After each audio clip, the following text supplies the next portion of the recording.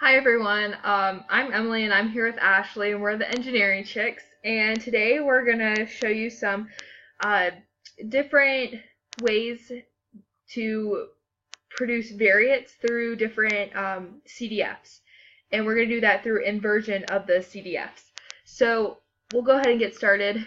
Part A right here, this one, our first one was a uniform distribution, and it had bounds on it from 5 to 25, and so we kind of encompass that in our integration to start off with by starting it at 5 and going to x, and so then we solve for r in terms of x, and when we do that, we solve for x in terms of r, and when we do that we get this right here, the 20 times r plus 5, and then we just that's what gives us our random variates. We do 1000 iterations of it, and r equals random, and I'll go ahead and run that for you.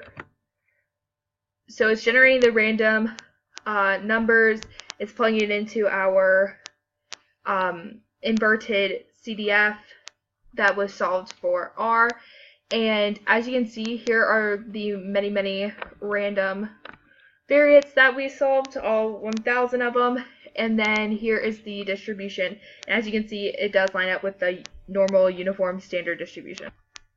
Okay, so for part B, we had this function here, y equals x minus 2 over 8. So this is a linear function. We had a little bit of trouble with this one, but we were finally able to get it to go through. So you have n is 1000, and then here, this you're generating your random variables. And so right here, you take the integral of y, starting at 2, because the bounds on this one were 2 to 6, I believe. And then you use this f inverse function, and you use that on this integral. And when you run that, it'll give you this formula right here, except it reports this as an x. So we just change that out with our y, so that's where we put our random variables. And so it solves for that, and then we plot it here and create, let me just go ahead and run this for you. We create two different plots, just like we did last time. So we have our random variates in this plot here, and then this is our histogram of the random variates. And this has the same shape as the inverse function, or the inverse of a linear function. So part C is very similar in nature to the procedure that we did in part A. The only difference is the function that we were given, and we're inverting it through the exponential distribution. And so I'll go ahead and run that one for you.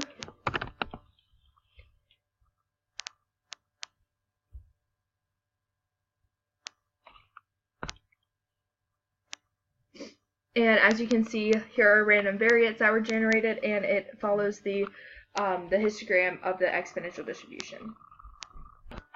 Okay, so for part D, this one also gave us some trouble, just because you kind of have to do what we've been doing in the other examples, but do it twice. Because this is the double exponential distribution. And so this time around, we used this MATLAB makeDist function, and this was actually really helpful and easy, because this allows you to create the distributions that you're going to invert later. So we're going to do this twice. So you have this first one here, and then you do it a second time here. So your mu is 1, and then this is our lambda was 1, so that's why we know that this mu is 1. So you run through here, you run in your random variables, and then this is where you're inverting the distributions you created. This iCDF is also a MATLAB function, so that was really handy.